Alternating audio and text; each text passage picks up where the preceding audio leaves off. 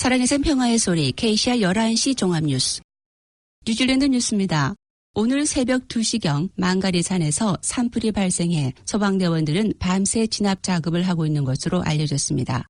긴급 소방대원들은 산불이 제법 크게 났으며 서해상으로부터 강한 바람을 타고 산 정상 부분에서 불꽃이 크게 일어나 인근 주택에는 피해가 없었던 것으로 전해졌습니다.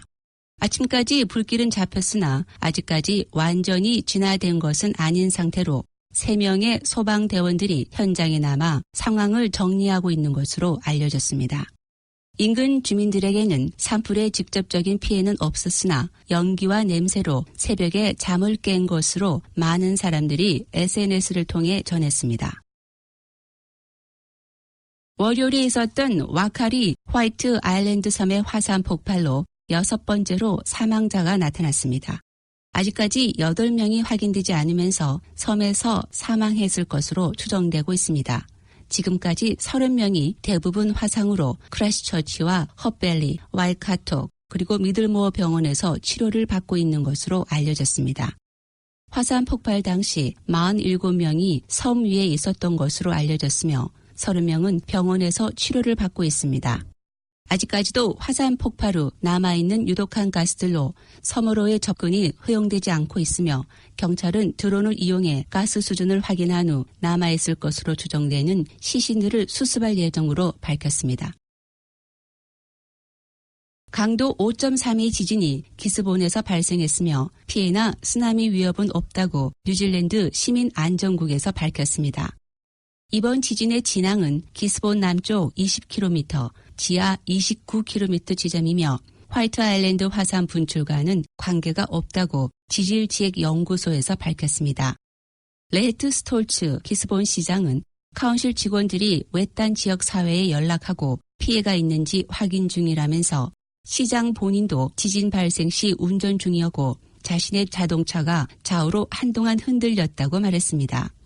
이번 지진으로 1,800명 이상의 사람들이 느꼈으며 기스본 시내 상점의 선반에 진열된 상품들이 바닥으로 쏟아져 내리고 기스본 브리스코에서는 칼과 포크, 컵과 접시들이 바닥에 떨어졌으나 다행히도 직원들은 모두 안전했다고 밝혔습니다.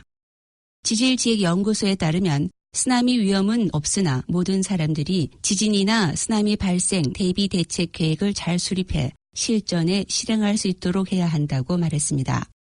이번 기스본 지진은 와카타네, 캠브리지, 헌트빌, 로트루아, 타우랑아, 웰링턴 등 여러 지역에서 느껴졌다고 밝혔습니다. 뉴질랜드 사람들은 정부의 재정 흑자를 저축하거나 소득세 인하에 쓰기보다는 사회 간접시설과 보건, 교육 분야에 할애하기를 더 바라는 것으로 알려졌습니다. 최근 원뉴스 콜마 브런튼 여론조사를 통해 정부의 75억 달러의 재정 흑자가 어떻게 쓰여지기를 바라는가에 대한 질문에 상당수 응답자들이 이와 같이 답한 것으로 나타났습니다. 정부는 지난 10월과 6월 말로 끝난 지난 회계 연도에서 75억 달러의 재정 흑자를 기록했다고 밝혔으며 그 전년도 대비 20억 달러가 늘어났으며 당초 계획보다 40억 달러나 흑자 폭이 늘어났다고 밝혔습니다. 글란튼 로버튼슨 재정부 장관은 여론조사에서 지금까지 투자가 부족했던 사회 간접시설에 대한 부분에 할애하기를 원하는 국민들의 의견으로 보고 정책을 세울 것이라고 말했습니다. 그러나 국민당의 사이먼 브리지스 당수는 재정 흑자는 반가운 일이지만 그만큼 국민들로부터 많이 받아냈다는 의미라고 말하며 가장 바람직한 재정 운용은 아니라고 지적했습니다. 어제 오후 오클랜드 서부 지역에서 경찰의 추적을 피해 도주하면서 무고한 시민들에게 피해를 입힐 뻔한 상황을 여러 차례 일으켰던 용의자가 검거됐습니다. 경찰은 어제 오후 2시 40분경 뉴린의 한 장소에서 의심스러운 행동을 하고 있는 사람이 있다고 신고를 받고 출동했으며 경찰이 다가오는 것을 본 용의자는 차를 타고 도주하기 시작했다고 밝혔습니다. 10분 정도 후 노스웨스트 모토웨이 근처에서 경찰의 정지 신호를 무시하고 도주했으며 경찰은 위험한 상황으로 이어질 가능성이 많아 차량 추적을 중단하고 헬기로 용의자를 추적한 것으로 전해졌습니다.